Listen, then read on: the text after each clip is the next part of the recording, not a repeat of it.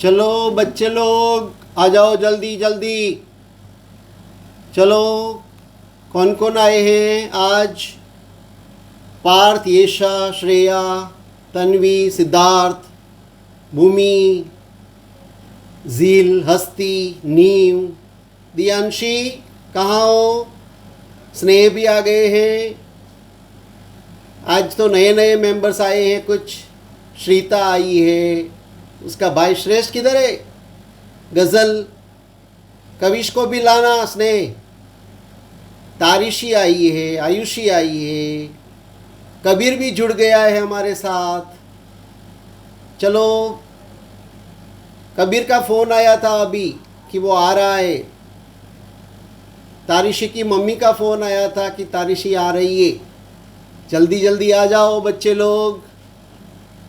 जब तक बच्चे आ जाना ना आ जाए तब तक कुछ बात कर लेता हूँ कि लास्ट संडे જે વાર્તા કહેવાનો પ્રયોગ શરૂ કર્યો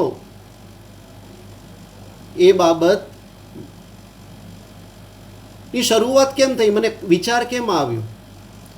તો મારો એક મિત્ર છે પોર્ટુગલ લિસ્બનમાં, એની ગ્રાન્ડ ડોટર દિયાંશીનો ગયા રવિવારે જન્મદિવસ હતો, બર્થડે હતો. તો મને એમ થયું કે એને અહીં બેઠા બેઠા હું બર્થડે ગિફ્ટ શું આપું? તો વિચાર આવ્યો કે જ્યારે અહીંયા આવી હતી ગયા નવેમ્બરમાં, ત્યારે મેં એની સાથે ઘણી બધી વાર્તાઓ શેર કરી હતી, મેં કહેલી, એને બહુ મજા આવતી હતી. તો મને એમ થયું કે અહીંયાથી હું એક વાર્તા રેકોર્ડ કરીને મોકલાવું. પછી બીજો વિચાર આવ્યો કે થોડાક બાળકોને વધારે એમાં એડ કરીએ. ઝીલ છે, હસ્તી છે, આ બધાને હું વાર્તા કહેતો ત્યારે એને બધાને ખૂબ મજા આવતી. તો મેં કીધું કે ચાલો આપણે એ બધાને બી આમાં સામેલ કરીએ અને વાર્તાની શરૂઆત કરી. અને મેં વિડીયો બનાવ્યો અને બધાને વોટ્સએપ અને ફેસબુક પર શેર કર્યો. અને જે ફીડબેક મળ્યા છે, ખૂબ સજેશન્સ પણ આવ્યા છે, સરસ મજાના ફીડબેક આવ્યા છે. વાર્તા સાંભળીને ઘણા બધા જે મોટા થઈ ગયા છે અમારા મિત્રો, એ બધાને પોતાનું બચપણ યાદ આવી ગયું. हमारी श्रीता तो कि अंकल अभी हिंदी में बोलो, लेकिन जो कहानी कहने का जो मज़ा है ना वो अपनी मातृभाषा में ज़्यादा होता है. श्रीता, श्रेष्ठ और श्रीता, मुझे माफ़ करना, और थोड़ा गुजराती समझ में नहीं आता है तो माँ को कहना, नानी को कहना, शौर्या दीदी को कहना, वो समझाएगी तुमको. ओके? कहानी तो मैं कुछ कुछ बीच में हिंदी शब्द बोलूँगा ज़रूर, लेकिन कहानी तो मैं गुजराती में ही कहूँगा. हमारी एक स्टूडेंट फ्रेंड है राजकोट में, उसने कहा कि सर, उसका फीडबैक देखो सर, आपने कहानी और उसमें जो लास्ट में कीधું તું ખાધું પીધું રાજ કર્યું, તો એને એની દાદીમાં યાદ આવી ગયા ને કે સર એ સાંભળીને મને આંખમાં પાણી આવી ગયા, આંસુ આવી ગયા કે મારી દાદી આવી રીતે વાર્તા કહેતા. મારા ભત્રીજાઓ નાના હતા ત્યારે મારી બા આવી રીતે કહેતા, ખાધું પીધું ને રાજ કર્યું, તો એમાં એક સેન્ટેન્સ એડ કરી દેતા, બટેટાનું શાક કર્યું. તમે બી કદાચ કર્યું હશે આવું બધું.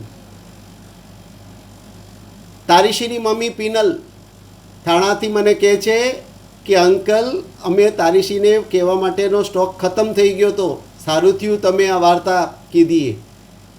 ને અમારી ઝીલ કહે કે કાકા રોજ કયો. મેં કીધું રોજ તો બેટા શક્ય નથી, એટલે આપણે દર અઠવાડિયે એવું રાખીએ કે દર અઠવાડિયે એક વખત વાર્તા કહેવાનો હું પ્રયાસ કરીશ. અને શક્ય હશે તો ગુજરાતીમાં જ કહીશ અને વચ્ચે વચ્ચે હિન્દી બોલતો રહીશ. ચાલો, કબીર આવવાનો બાકી હતો, તારીશી આવવાની બાકી હતી, આવી ગયા.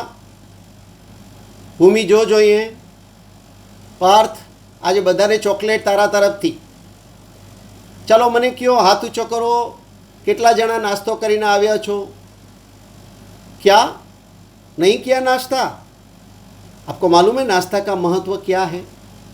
आप जो लोग सुबह नाश्ता नहीं करते हैं वो बहुत कुछ गवाते हैं. आप कमज़ोर हो जाते हैं, તમે નબળા થઈ જાઓ છો, દુબળા થઈ જશો, વીક થઈ જાઓ છો.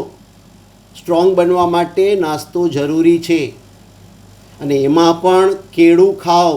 જો કેળું ભાવતું હોય તો કેળું ખાઓ, ન ભાવતું હોય તો ખાઓ. કેળું તમને સ્ટ્રોંગ બનાવે, મજબૂત બનાવે. બિસ્કિટ વેફર ચાલે ક્યારેક ક્યારેક, પણ રોજ ન ખાવ તો સારું. ચોકલેટ પણ ખવાય. હા, અમારા એક મિત્ર હતા ડૉક્ટર નિર્મલા છેડા, એ કહેતા જ્યારે કોઈ બી એમ કહે ને નાનું બાળક કે ચોકલેટ, કોઈ ઘણા બધા એમ કહે કે ચોકલેટ ના ખવાય, તો તે હંમેશા કહેતા કે નહીં, ચોકલેટ ખાવાની, નાનકડા હોય ત્યારે ખાસ ખાવાની. અને કહે કે ચોકલેટ ખાઈને દાંત સાફ કરી નાખવાના.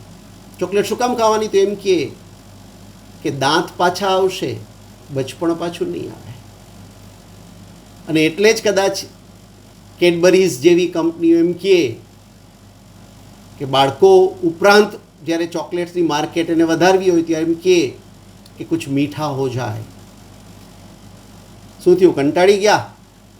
તો નાસ્તો તો કરવો જ પડશે. નાસ્તો નહીં કરે એને અમે આવતી વખતેથી વાર્તા સાંભળવામાં એલાવ કરશું નહીં. આજે જે આપણે વાર્તા કરવાની છે ને, એમાં એક કમજોર પ્રાણી છે જે નાસ્તો ન કરે ને, એ કમજોર રહી જાય. તો એ પ્રાણી પણ નાસ્તો ને ખાતું નહોતું બરાબર, અને એ પ્રાણીનું નામ છે સસલું, ખરગોશ, રેબિટ. અને વાર્તાનું શીર્ષક છે, ટાઇટલ છે ટીમિડ રેબિટ. ડરપોક, ભયભીત સસા, ભયભીત ખરગોશ. મરાઠીમાં કેવું હોય તો ભીતરા સસા, બીકણ સસલું ગુજરાતીમાં. મરાઠીમાં આચાર્ય અત્રે નામક એક લેખક થઈ ગયા અને બાળકો માટે બહુ જ સરસ મજાની વાર્તાઓ લખી એમણે. ને એમાં છે ને એ બધા રાઇમિંગ શબ્દો બાળકોને ગમે ને એવી રીતે. અને હંમેશા કે તમે બાળકોને વાર્તા કહેતી વખતે બાળકો જેવા થઈને વાર્તા કહો તો જ એને મજા આવશે. એવા હાવભાવ, એવો અવાજ, એ બધું તમારે કરવું પડે. તો હું પ્રયાસ કરું છું. ગુજરાતમાં ભાવનગરમાં ગીજુભાઈ બધેકા, બહુ મોટું નામ બાળ સાહિત્ય ક્ષેત્રે, અને ગીજુભાઈને તો એનું ઉપનામ મળ્યું હતું મૂછાળી માં, મૂછવાલી માં. પુરુષ હતા, બટ માં જે વાર્તા કહે ને એવી રીતે વાર્તા કહેતા. તો ચાલો વધુ સમય ન લેતા આપણે બીકણ સસલું, ભયભીત ખરગોશ, રેબિટ, ટીમિડ રેબિટની વાર્તા શરૂ કરીએ. એક જંગલ હતું અને જંગલમાં ઘણા બધા પ્રાણી રહેતા હતા. એમાં એક સસલું રહેતું હતું.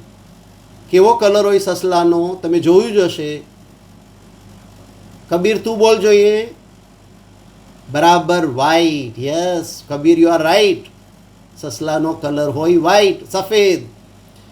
તો એ સસલું છે ને નાસ્તો કરતું નહીં, બરાબર ખાવાનું ખાતું નહીં, અને દોડાદોડી કર્યા જ રાખે. એટલે નબળું પડી ગયું, કમજોર થઈ ગયું, તાકાત હતી નહીં. અને એક વખત છે ને વરસાદના સમયે ચોમાસામાં જોરથી આકાશમાં પવન ફૂંકાવા માંડ્યો, વીજળી થવા માંડી, વાદળનો ગડગડાટ થવા માંડ્યો, बादल गरजने लगे, बीज होने लगी, खूब जोर से पवन फूंकने लगा. और ये ससा है ना, ये खरगोश, आ ससलू गभराई गયું, ડરવા માંડ્યું કે હવે શું થશે આ. અને એવામાં એ બેઠું આ વિચાર કરતું હતું. તો જે ઝાડની નીચે બેઠું હતું એ ઝાડ ઉપરથી એક જોરદાર પવન આવ્યો ને, તો એ ઝાડ ઉપરથી પાન અને ડાળી સાથે પાન પડ્યું, અને પડ્યું જરા પવન હતો એટલે જોરથી પડ્યું અને બરાબર સસલાના માથા પર પડ્યું. અને સસલું ગભરાઈ ગયું, ડરી ગયું કે આયા શું થયું. એક તો વાદળોનો ગડગડાટ થતો હતો, વીજળી ચમકતી હતી, અને એવામાં આ પાન પડ્યું એટલે સસલું ગભરાઈને ભાગવા માંડ્યું. અને ભાગતું જાય અને જોરથી બોલતું જાય, ભાગો રે ભાગો, ભાગો રે ભાગો, આકાશ તૂટ્યું, આકાશ ફૂટ્યું, ભાગો રે ભાગો, ભાગો રે ભાગો. ને સસલાને ભાગતું જોયું ને તો હરણ પણ, કાંઈ પૂછ્યું નહીં, જંગલમાં હરણ મળ્યું તો હરણ પણ ભાગવા માંડ્યું. હરણને ભાગતું જોયું, સસલાને ભાગતું જોયું તો વાંદરો મળ્યો રસ્તામાં, વાંદરોય ભાગવા માંડ્યો. વાંદરાને ભાગતું જોયું, સસલાને ભાગતું જોયું, હરણને ભાગતું જોયું તો રસ્તામાં શિયાળ મળ્યું. શિયાળે કાંઈ પૂછ્યું નહીં, એને એમ થયું કે આ બધા ડરીને જાય છે તો કંઈક હશે ખરેખર, તો એ પણ ડરીને એની સાથે દોડવા માંડ્યું. તો વાંદરો ભાગ્યો, શિયાળ ભાગ્યું, એની પહેલાં સસલું અને હરણ ભાગ્યું. અને રહી ગયો તો વાઘ. તો વાઘે કાંઈ પૂછ્યું નહીં. આ બધા ડરતા હતા અને એમાંય સસલું તો જોર જોરથી બૂમો પાડતું હતું, ભાગો રે ભાગો. તો વાઘને એમ થયું કે કંઈ હશે. તો વાઘ પણ ડરીને ભાગવા માંડ્યો. એમ બધા ભાગતા ભાગતા કેટલી બધી દૂર ગયા. તો રસ્તામાં મળ્યો જંગલનો રાજા, કિંગ ઓફ ધ ફોરેસ્ટ. કોણ હોય? યસ, સિંહ, લાયન. તો લાયન મળ્યો બધાને. સિંહ જાડો પાડો, મોટો મોટો. તો લાયને બધાને ઊભા રાખ્યા. ક્યાં ગાંડાની જેમ ભાગો ભાગો કરો છો અને આ ચીલમચીલી કરો છો?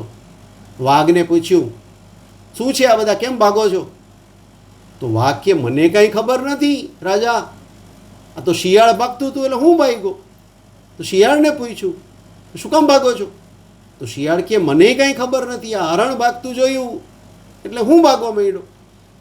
તો હરણને પૂછ્યું, તો હરણ કે આ વાંદરો ભાગતો હતો એટલે હું ભાગ્યું.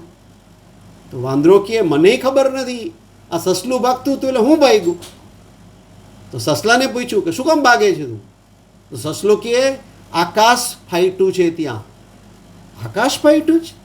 ક્યાં છે બતાવો. તો સિંહ બધાની સાથે બધાને લઈ ગયો. તો સસલું જ્યાં પોતે બેઠું હતું અને જ્યાં પાંદડું પડ્યું હતું ત્યાં લઈ ગયું. અને કે ક્યાં શું થયું? સિંહે પૂછ્યું, ક્યાં છે આકાશ ફાટ્યું? આકાશ તો બરાબર ફાટેલું કાંઈ નથી, આકાશ તો બરાબર છે. તો સસલાએ અને બધા પ્રાણીઓએ આકાશમાં ઊંચે જોયું તો આકાશમાં તો કંઈ થયું નહોતું. અને જોયું તો એક ડાળી અને પાન પડેલા હતા.